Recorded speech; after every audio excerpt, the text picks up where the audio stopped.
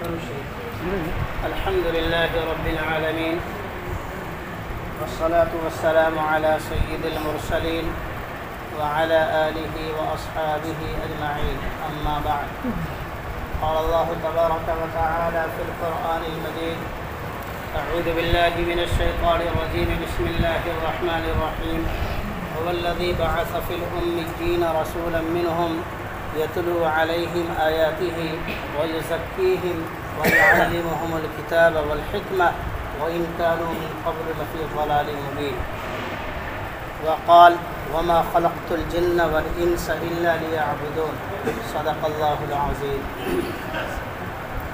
محترم بھائیوں، بزرگوں اور دوستوں، اللہ رب العزت کا بہت بڑا کرم اور احسان ہے کہ اس نے ہم سب کو دینی فکر کے ساتھ ایک جگہ جمع ہونے کی توفیق نصیب فرمائی. اللہ ہم سب کے جمع ہونے کو قبول فرمائے اور اس جمع ہونے کو ہم سب کے لیے دنیا کے اندر بھلائی کا ذریعہ بنائے اور آخرت میں نجات کا ذریعہ بنا دے. آمین. میرے بھائیوں، بزرگوں، ہم سب کی زندگی پانی کے بلبلہ کی طرح ہے.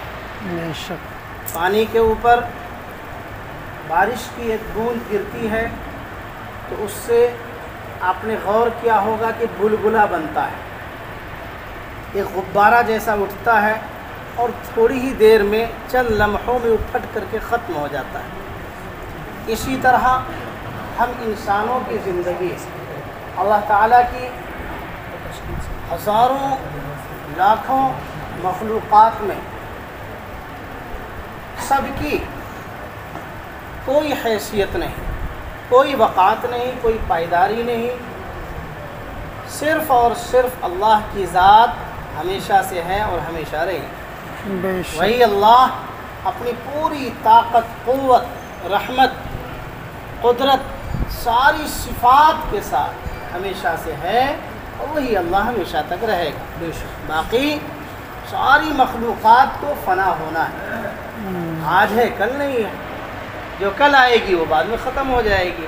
گویا کہ اللہ کی مرضی کے مطابق تمام مخلوقات کا اس دنیا کے اندر آنے اور جانے کا ایک سلسلہ اللہ کی مرضی سے جاری ہے اور قیامت تک یہ سلسلہ جاری رہے.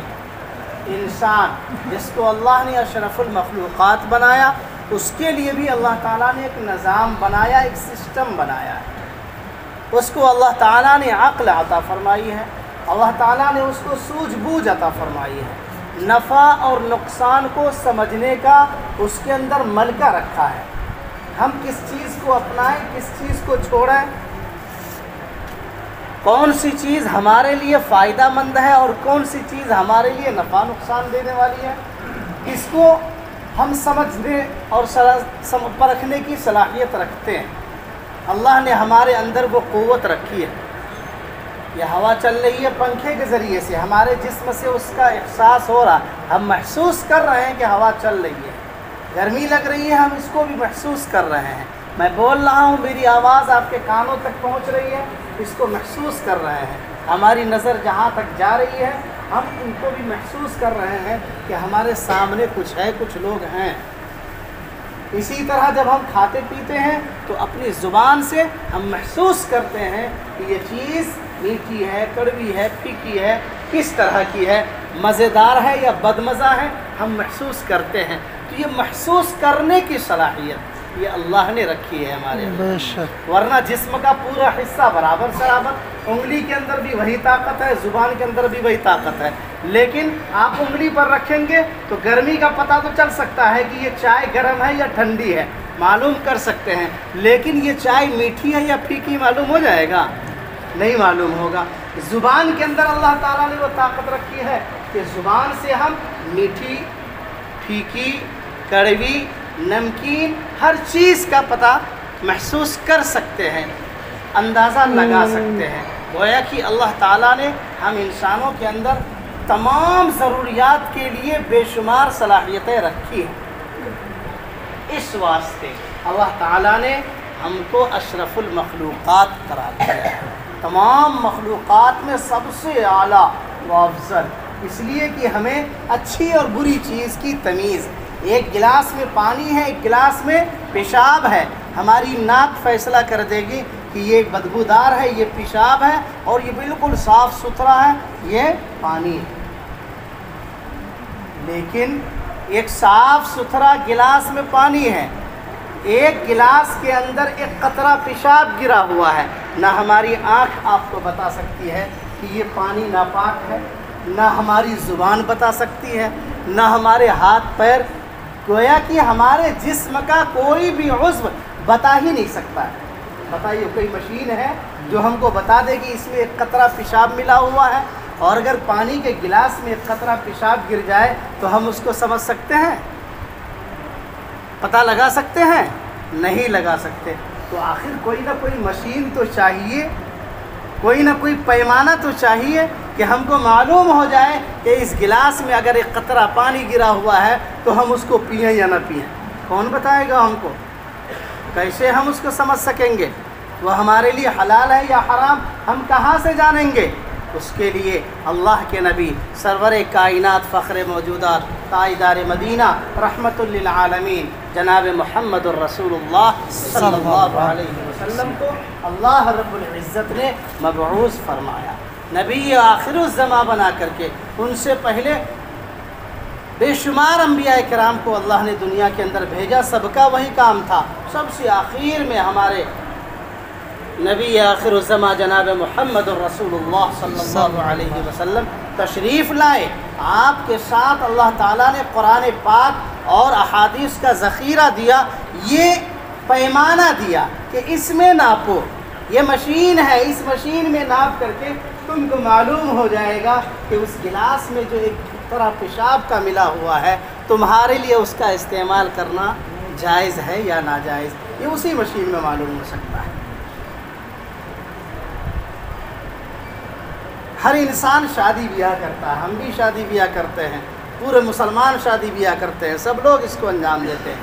کس عورت سے شادی کریں گے؟ عورت عورت ہونے کے اعتبار سے سب برابر، وہ بھی عورت وہ بھی عورت۔ کس سے شادی کرنا ہے کس سے نہیں کرنا ہم کہاں سیکھیں گے؟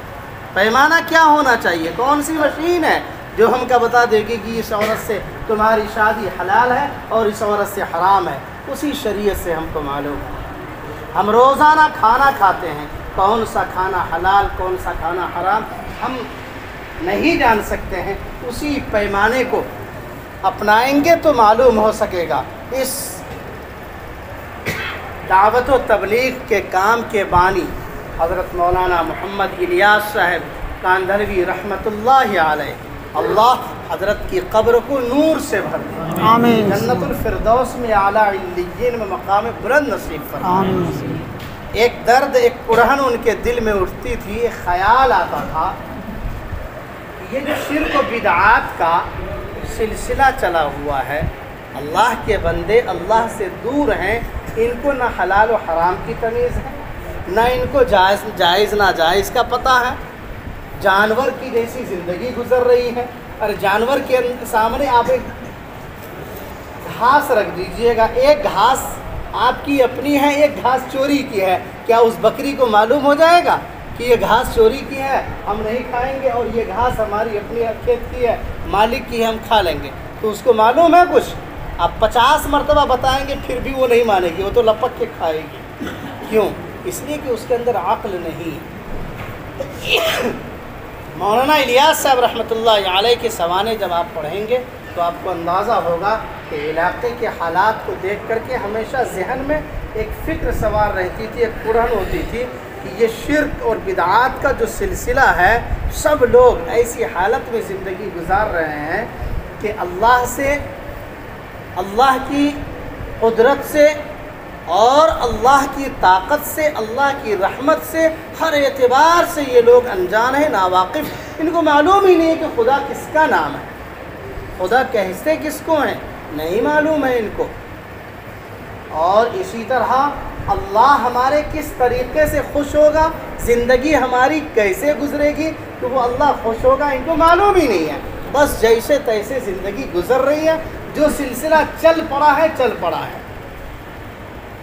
جیسے ہم لوگ شادی بیاہ کے موقع سے یہ تو چلتا ہی ہے نا، آج ہم لوگوں کی زبان پر ایک جملہ چل گیا ہے چڑھ گیا ہے زبان پر اور اس کو ہم لوگوں نے قسم کھا لیا ہے نہیں چھوڑیں گے۔ یاد رکھیے گا 50,000 چلہ کر لیجئے، اگر شریعت کے خلاف پر آپ نے جملہ ادا کر لیا کہ یہ تو چلتا ہے، یاد رکھیے گا وہ ایمان اسی وقت سلب ہو جائے۔ پوری زندگی قرآن کی تلاوت کوئی کرتا رہ جائے لیکن شریعت کے خلاف کسی عمل پر کوئی بول دے کہ یہ تو چلتا ہے، ایمان اسی وقت سلب ہو جائے۔